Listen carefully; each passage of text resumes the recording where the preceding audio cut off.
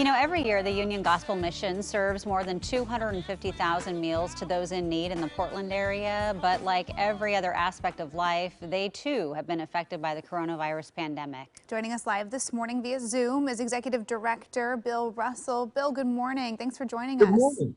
Thank you. Thank you for having me. Absolutely. So we wanted to check in with you guys. Union Gospel Mission does so much good work in our community. How is COVID-19 affecting all of the services and the people and kind of the way you're operating right now?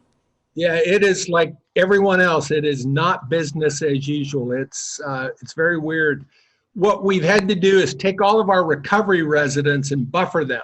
So usually our recovery residents continue as part of their work therapy to interact with the homeless along with our staff and volunteers. That's all ended. Everyone in recovery is inside, they're buffered, and all of our homeless services are outside. So it's great that we have our search and rescue program, which goes out to homeless camps.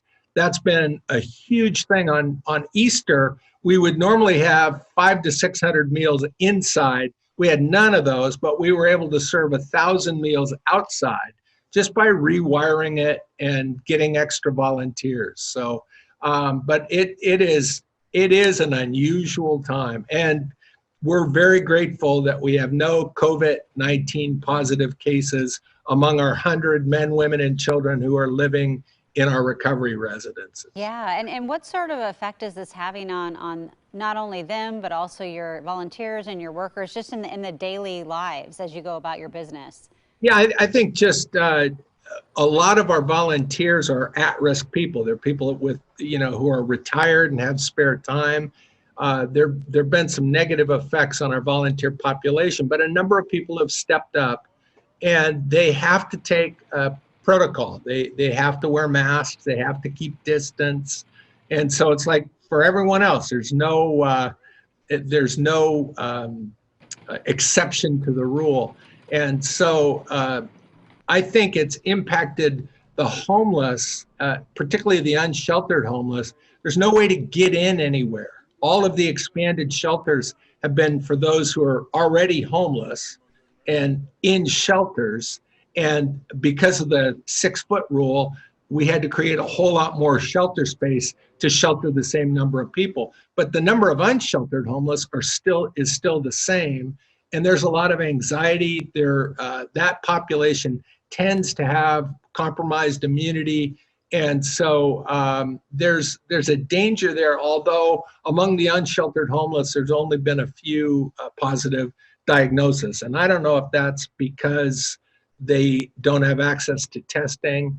We really don't know. But I think the biggest impact for the homeless of COVID-19 is the economic impact, and it will generate more homeless people. So we need to, unfortunately, gear up for that. Yeah, Bill, I know we've been talking too about the mental toll that the social distancing, that the isolation can take, especially for some of these at-risk populations, your homeless populations that are also dealing with other mental health conditions, with addiction concerns.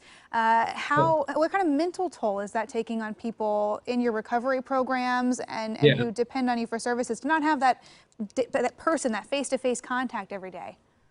Yeah, I think we have to work overtime on that because isolation and anxiety are two real triggers for those who are in recovery, and depression for those who suffer from severe mental illness. So you just have to be positive. We're bringing in more online programming. We're getting programming out of Southern California with Genesis Process.